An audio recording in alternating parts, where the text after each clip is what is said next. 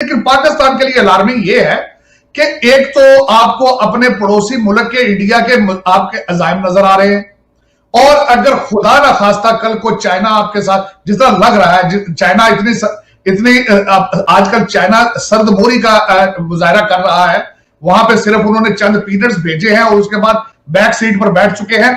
और अगर इसी तरह हालात रहे तो फिर अमेरिकन अग्रेसिवली और इंडिया अग्रेसिवली उसमें आगे जाएगा। लेकिन वही खदशा जिसका था वही हुआ।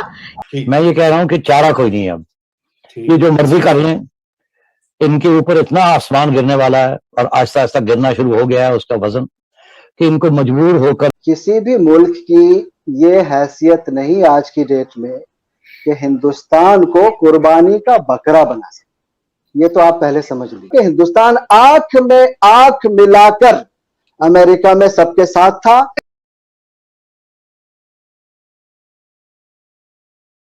ख्याल था कि अफगानिस्तान में जीत हो गई आपकी, आप बड़े खुश थे और अमेरिका की छुट्टी करा दी, तालिबान आ गए हैं। तो वो जो खुशी थी वो मेरा ख्याल है दिन ब दिन कम होती जा रही है और अब परेशानियां शुरू हो गई हैं। तो आपकी जो विक्ट्री है वो बड़ी, इस वक्त उसकी कोई कामयाबी नजर दुनिया को नहीं आ रही, वो तो उल्टा आपके गले डाल रही है। ऊपर से वहां ऐसे टेररिस्ट ग्रुप्स बैठे हुए हैं जो बिल्कुल खत्म होने को तैयार नहीं है और तालिबान भी उनको रोकने के लिए तैयार नहीं है। तो अगर आपका ये ख्याल था कि वो आपकी मदद करेंगे और आपको ये खत्म कर देंगे, वो बिल्कुल होने नहीं जा रहा अभी। तो आपकी फॉरेन पॉलिसी जो थी ये विज़-विज़ अफगानिस्तान, वो जो कामयाबी आपको नजर आ रही थी, मुझे तो अब नजर नहीं आ रही, मुझे तो प्रॉब्लम्स नजर आ रहे हैं। मगर इसके साथ साथ आपके तल्लुकात अमेरिका के साथ इतने खराब हैं, वो सैंक्शंस का सोच रहे हैं। आपके तल्लुकात यूरोपियन यूनियन के साथ इतने, वो भी सोच रहे हैं। आपके तल्लुकात ईरान के साथ ठीक नहीं है, आपके तल्लुकात रूस के साथ तो है ही नहीं खास, और आपके तल्लुकात सिर्फ चाइना है जिसके साथ ठीक है, मगर वहां भी अब खराब होने जा रहे हैं क्योंकि सिपेक के ऊपर बहुत से सवाल खड़े होने शुरू हो गए हैं। अब आप वो पैसे आपने मांग रहे हैं अपने पैसे, आपके पास पैसे नहीं है उनको देने के लिए भी, और ऊपर से दुनिया जो है चाइना के खिलाफ होगी, और अगर आप थोड़ा सा ज्यादा चाइना की तरफ जाते हैं तो दुनिया और आपको टाइट करेगी। तो आप, मैं समझता हूँ, इन नो मैन्स लैंड फंस गए। उसमें हमने देखा ये कि ऐसे शादियाने बजाए जा रहे थे, पता नहीं भारत ने अमेरिका में क्या फतह कर लिया, वहां पे ढोल पीटे जा रहे थे और वो सारा कुछ किया जा रहा था। तो बहुत सारे लोगों ने ये कहना शुरू कर दिया कि दुनिया के 190 ममालिक के लोग आए हुए हैं यहाँ पे, हेड्स ऑफ स्टेट, गवर्नमेंट के लोग, फॉरेन मिनिस्टर आए हैं, लेकिन ये इस तरह कोई भी इस तरह नहीं करता जो वहां पे किया गया। दूसरा, वहां पे जो माहौल बना, और माहौल इस तरह का बना कि जी एंटी पाकिस्तान।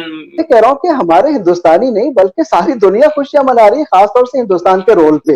एक तरफ तो यह है कि एक टेलीफोन कॉल के लिए भी लोग तरस रहे हैं, और दूसरी तरफ यह है कि उनको बायलैटरल मीटिंग के लिए, खास तौर से ऐसे मौके पे जब पूरी 193 कंट्रीज, आप खुद कह रहे हैं 193 कंट्रीज में कितने कंट्रीज को पिक किया गया है अमेरिका ने उन्हीं की जगह पे, जो उन्होंने सबसे पहले अपने वाइस प्रेसिडेंट के साथ इतना बड़ा वक्त लेके इतनी बड़ी बातें और इतनी मीटिंग्स हुई, और उसके बाद खुद जो बाइडेन वहां पे उनके साथ एक खास मीटिंग करते हैं। मैं तो कह रहा हूं ढोल बजाना क्या, हिंदुस्तान का जो बोलबाला हुआ है, हिंदुस्तान को जो इज्जत मिली है, उसको तो और ज्यादा बड़े तरीके से सेलिब्रेट करना चाहिए। अमेरिका बहादुर आपको ये कह रहा है भाई चलो आओ चीन का मुकाबला करें, बिल्कुल करें, मैं तो अच्छी बात है, करना चाहिए, कंपटीशन है, सारा कुछ है, आपका नेबर है, और जितने भी क्वाड पार्टनर्स हैं उसमें से भारत ही अकेला मुल्क है जिसका चीन के साथ नेबर है। तो आपको नहीं लगता आसिफ साहब कि भारत को कुर्बानी का बकरा बनाया जाएगा?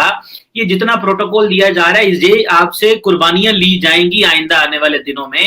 हिंदुस्तान, आपने कहा ना कि वो कुर्बानी का बकरा, ऐसा कुछ आपने वर्ड यूज किया।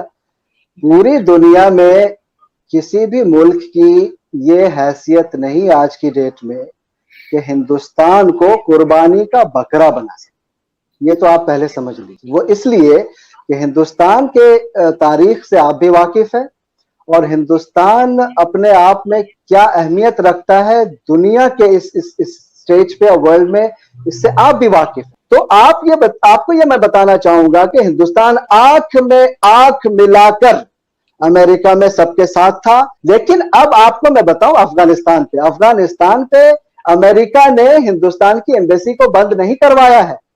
हिंदुस्तान की फॉरेन पॉलिसी कितनी सॉलिड है, इससे आप आज ये समझ लीजिए कि कल तक आप डिबेट्स में, और आपके तमाम लोग डिबेट्स में कहते थे कि हिंदुस्तान आइसोलेशन में है, और आज देखिए कि हिंदुस्तान उस कॉन्टेक्स्ट में कहां पे है, और आपके लोग आपके चैनल पे कह रहे हैं कि पाकिस्तान सिर्फ आइसोलेशन में नहीं है, लेकिन दुनिया में कोई अभी उसको रिकॉग्नाइज नहीं कर रहा और पूछ नहीं रहा। ये आपके लोग कह रहे हैं। आपका ये लेकिन पाकिस्तान के लिए अलार्मिंग ये है कि एक तो आपको अपने पड़ोसी मुल्क के इंडिया के आपके अजाइम नजर आ रहे हैं, और अगर खुदा ना खास्ता कल को चाइना आपके साथ, जिस तरह लग रहा है चाइना इतनी आजकल चाइना सर्दमोरी का मुजाहरा कर रहा है, वहां पे सिर्फ उन्होंने चंद पीरियड्स भेजे हैं और उसके बाद बैक सीट पर बैठ चुके हैं।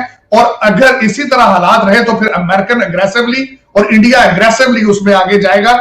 तो दर हकीकत मैं पिछले 5 साल से ये चीखें मार रहा हूं, क्योंकि मैंने अपनी जिंदगी में पहली दफा व्हाइट हाउस की पॉलिटिक्स अपनी आंखों से देखी, और मैं डर गया था कि 2016 में हालात और थे, लेकिन 2020 में जब डोनाल्ड ट्रंप साहब का सेकंड इलेक्शन था, तो उस वक्त रिपब्लिकन पार्टी भी इंडियन जो यहाँ डायस्पोरा और इंडियन लॉबी के ग्रिप में आ चुकी था। जो खबर आई है कि एक तो ये कि यूरोपीय यूनियन ने जो अफगानिस्तान है, यूएनओ ने भी जो है $4.50 जो है फंड्स जारी किए हैं उसके लिए। अब तालिबान की उस एड के बारे में बात करना चाहूंगा जो आपने फरमाया। उसमें एक तो ये बात है, ये पीनट्स है, ये आज कहते हैं कि आज आपको भूख लगी है, आज शाम का खाना दिया है, कल फिर इनको भूख लगेगी, और इतने ज्यादा डॉलर नहीं दिए गए जिसको मुसलसल आप देखेंगे अब वहां पे सब अच्छे की रिपोर्ट है। अब मैं इस वक्त थोड़ा सा बताना चाहूंगा कि तालिबान बेचारे किस तंग गली में फंस चुके हैं। वो हालात ये हैं कि इस वक्त पाकिस्तान और अफगानिस्तान तो ये चाहता है कि डॉलरों की बारिश शुरू हो, लेकिन डॉलर बहस देगा अपनी शराइत पे। अगर वो उन शराइत की तरफ लीन होते हैं तालिबान, तो उनका मेन कोर आइडियोलॉजी से हट जाएंगे, उनके अंदर जंग शुरू हो जाएगी, उनका हार्ड कोर जो उनके अंदर ग्रुपिंग है वो उनके खिलाफ शुरू हो जाएंगे करने। तो इस वक्त बड़ी सूरत हाल मेरे नजर में उसका सबसे अच्छा हल जो नजर आ रहा था उस वक्त वो यही था कि चाइना आए, वो अपनी रोड और बेल्ट इनिशिएटिव अंदर लेकर आए, और वो लग रहा था जिस तरीके से मुल्ला बरादर चाइना का विजिट भी करके आए थे, तो लग यही रहा था कि China will fill the vacuum. और अमेरिका जिस तरीके से पहले ही बैक फुट पर है, तो अमेरिका जो है वो वहां से बाहर खा के निकला है, प्रेशर बहुत ज्यादा था, लेकिन अब थोड़ा सा ईज अप इसलिए हुआ है कि चाइना बैक फुट पर है, रशिया बैक फुट पर है।